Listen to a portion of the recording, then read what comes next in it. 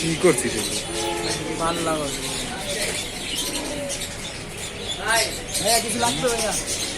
হ্যাঁ ভাই লাগবো, কবুতর লাগবো, কবুতর করিস না, শুধু ভিডিও করতে কোনটা লাগবে?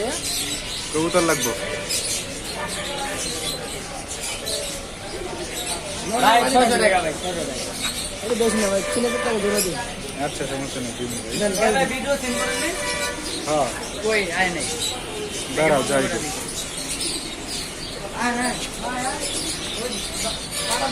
বাবু তুমি কি পাখি কিনবা বাবু? হ্যাঁ ওই মাছটি ভিডিও না না না